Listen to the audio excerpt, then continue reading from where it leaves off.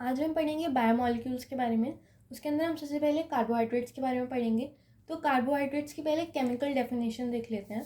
Chemical definition है, carbohydrates are polyhydroxy aldehydes और ketones और compounds which provide such units on hydrolysis. Hydrolysis मतलब कि किसी भी कंपाउंड का पानी की मदद से further break down. Hydro means water and lysis means break down. ठीक है, मतलब कि उनके अंदर बहुत सारे OH ग्रुप्स हैं। Hydroxy means OH groups. Okay, so उनके अंदर बहुत सारे OH ग्रुप्स हैं। ठीक है, और या तो वो अल्डिहाइड्स हो सकते हैं या फिर वो कीटोन्स हो सकते हैं। ठीक है, या फिर ऐसे कंपाउंड्स जिनको जब हम पानी की मदद से जब उनको तोड़ देंगे, ठीक है, तो हमें ये पॉलीहाइड्रोक्सी अल्डिहाइड्स या कीटोन्स मिलेंगे। ठीक है, अच्छा, अब इसको हम सैकराइड्स भी कह सकते हैं। ठीक है, इसको अगर आपको इसको याद करना है तो इसका एक तरीका ये है कि सच्चा राइट्स। ठीक है, राइट्स जो कि सच्ची हैं, सच्चा राइट्स, बस स्पेलिंग याद करने के लिए। ठीक है, बस ये याद रखना कि सच्चा में डबल सी आता है, तो सच्ची राइट्स, सच्चा राइट्स। ठीक है, ये जो सच्चा राइट्स हमारा जो सैकराइड्स है, ठीक है, ये हमारा ग्रीक वर्ड से बनकर मिला है जिसका नाम है सैक्रोन। ठीक है, ये जो सैक्रोन है इसका मतलब होता है शुगर्स। तो पहले माना जाता था कि कार्बोहाइड्रेट्स जो हैं वो शुगर्स होती हैं। ठीक है, अच्छा, अब हम कार्बोहाइड्रेट्स को 3 क्लासेस में डिवाइड कर सकते हैं। ठीक है, अब इसका डिवीजन किसके बेसिस पे होता है? इसका डिवीजन इस बेसिस पे होता है कि उनका क्या बिहेवियर है हाइड्रोलिसिस पे। ठीक है, जब हम किसी भी कार्बोहाइड्रेट्स का हाइड्रोलिसिस करते हैं तो उससे हमें जो different different carbohydrates different behaviour show करते हैं। ठीक है, तो उनके बिहेवियर पे हमने इनको क्लासीफाई करा है 3 टाइप्स में। ठीक है, तो इसमें लिख भी सकते हैं on the basis of the behaviour shown by them on hydrolysis. ठीक है, सबसे पहले हमारा आता है मोनोसैचराइड्स, फिर ओलिगोसैकेराइड्स, फिर पॉलीसैकेराइड्स। ठीक है, मोनोसैकेराइड्स में वो कंपाउंड्स आते हैं जिनका हम फर्दर ब्रेक डाउन नहीं कर सकते, वो स्मॉलेस्ट यूनिट्स होती हैं कार्बोहाइड्रेट्स की। ठीक है, इसमें हमारे पास एग्जाम्पल्स में आता है ग्लूकोज, ठीक है, फ्रक्टोज और राइबोज। ठीक है,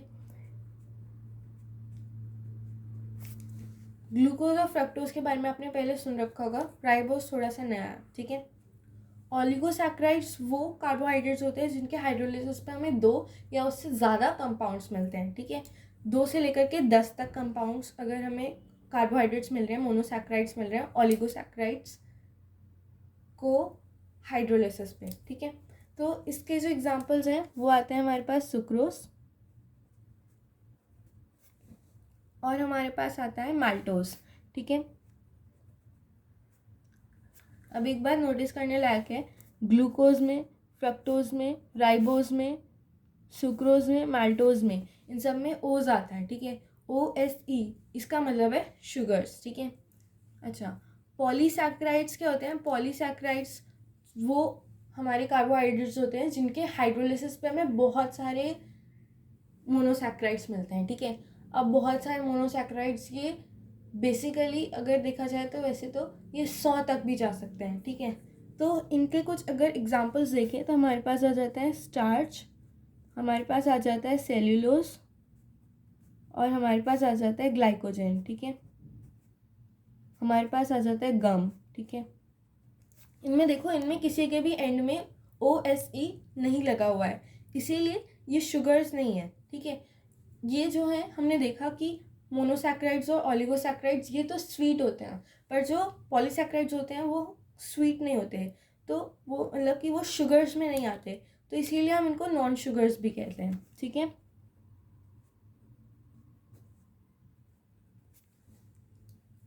अच्छा, अब बात करते हैं मोनोसैकेराइड्स की। ठीक है, मोनोसैकेराइड्स को हम 2 तरह से क्लासीफाई कर सकते हैं, एल्डोज में और कीटोज में। ठीक है, तो एल्डोज मतलब कि वो कार्बोहाइड्रेट जिसमें अल्डिहाइडिक ग्रुप है। ठीक है, अल्डिहाइड ग्रुप है, और कीटोस मतलब वो कार्बोहाइड्रेट जिसमें कीटोनिक ग्रुप है, कीटो ग्रुप है। ठीक है, ये क्या हो गया हमारा CHO ग्रुप और ये हो गया हमारा CO ग्रुप। ठीक है, यहाँ पे कुछ R है, यहाँ पे कुछ R' और R है। ठीक है, अच्छा, अब हम अगर मान लो हमें, अब जो हम अल्डिहाइड्स है दोनों का, हमारा अल्डिहाइड्स का और कीटोन्स का दोनों का केमिकल फॉर्मूला जो है दोनों का सेम है। ठीक है, तो उस वजह से जब तक हमें ये नहीं पता होता कि एल्डो कि जो हमारा कार्बोहाइड्रेट है वो एल्डिहाइड है या फिर कीटोन है, ठीक है, तो हम उसे ऐसे बुलाते हैं कुछ। अगर 3 कार्बन एटम्स हैं तो हम उसे ट्रायोस बुलाएंगे, 4 है तो टेट्रोस, 5 है तो पेंटोस और 6 है तो हेक्सोस। जब हमें पता चल गया कि वो एल्डिहाइड है, उसके अंदर एल्डिहाइड है या फिर उसके अंदर एक कीटोन ग्रुप है, तो हम उसके आगे एल्डो और कीटो लगा देंगे। जैसे कि ट्रायोस के आगे एल्डो लगाया तो एल्डो ट्रायोस, ठीक है। हमने कीटो ट्रायोस, ठीक है, हमने कीटो लगाया तो कीटो ट्रायोस, ठीक है। हमने एल्डो टेट्रोस, कीटो टेट्रोस, एल्डो पेंटोस, कीटो पेंटोस, ठीक है, इसी तरह से, ठीक है। अच्छा, अब हमें एक इम्पॉर्टेंट कंपाउंड के बारे में जो हम सबसे पहले पढ़ने जा रहे हैं वो है ग्लूकोज, ठीक है। अब ग्लूकोज में याद रखना कि हमारा ग्लूकोज, अगर आपने पढ़ा होगा ग्लूकोज के बारे में, ठीक है, तो ग्लूकोज का कुछ फॉर्मूला होता है C6H12O6, ठीक है, ये लगभग सभी ने पढ़ा होगा, ठीक है। और ग्लूकोज को हम एल्डो हेक्सोस भी कह सकते हैं, ठीक है। ये आप अभी फैक्ट की तरह भी याद रख सकते हैं। अगर आपको इसका स्ट्रक्चर पता है तो बहुत अच्छी बात है कि आपको मैं इसका स्ट्रक्चर बता देती हूँ। इसका जो स्ट्रक्चर है उससे आप निकाल सकते हैं कि यहाँ पे एक एल्डिहाइडिक ग्रुप है, तो इसलिए इसे एल्डोहेक्सोस भी कहते हैं ग्लूकोज को, ठीक है। इसका जो स्ट्रक्चर अगर हम देखें तो सबसे पहले हम एक लंबी डंडी खींच देंगे, ठीक है। उसके बाद हम यहाँ पे चार वो बना देंगे वर्टिकल हॉरिजॉन्टल लाइंस, ठीक है।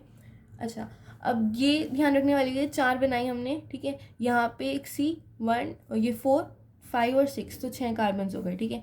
ऊपर हमने लिख दिया CHO, नीचे हमने लिख दिया CH2OH, ठीक है। अब इसका जो स्ट्रक्चर है, ठीक है, उसमें OH ग्रुप आता है और H ग्रुप आता है। तो कहाँ पे OH आएगा, कहाँ पे H आएगा, मैं मतलब अभी बता देती हूँ। यहाँ पे सबसे पहले OH, फिर H, फिर OH, फिर OH, और फिर इसके बगल में यहाँ पे जो नहीं है, जैसे कि OH, यहाँ पे H, यहाँ पे H, यहाँ पे OH और यहाँ पे H, ठीक है। अच्छा, अब ये बात ध्यान रखना कि जैसे कि मतलब ऐसे भी याद रख सकते हो कि H यहाँ सेकेंड वाले पे आएगा, ठीक है, इससे सेकेंड लाइन पे आएगा कि जो ग्लूकोज है उसके अंदर OH ग्रुप होता है, ठीक है। किसी भी हमारे कार्बोहाइड्रेट्स के अंदर OH ग्रुप आपको मिल जाएगा, ठीक है। तो हमारा जो OH ग्रुप होता है, ठीक है, तो इसे O बनाना है, ठीक है, OHO, तो ऊपर से O और H, ठीक है। यहाँ से हमने इस कार्बन से हमने देखा O और इस कार्बन से, ठीक है। हमेशा याद रखना, अभी मैं आपको एक ट्रिक बताऊंगी, तो हमेशा याद रखना कि ग्लूकोज को हम राइट से रिलेट करते हैं, ठीक है, राइट पे वो OH बना रहा है, ठीक है। तो हमारा ग्लूकोज का स्ट्रक्चर हो गया, ठीक है। अच्छा, अब हम बात करते हैं हमारे ग्लूकोज को बनता कैसे है, ठीक है। तो ग्लूकोज जो है हमारा, वो ग्लूकोज 2 तरीके से बना सकते हैं। एक तो सुक्रोज से बनाएंगे हम, दूसरा हम स्टार्च से बनाएंगे, ठीक है। कैसे बनाएंगे वो हम अगली वीडियो में देखेंगे।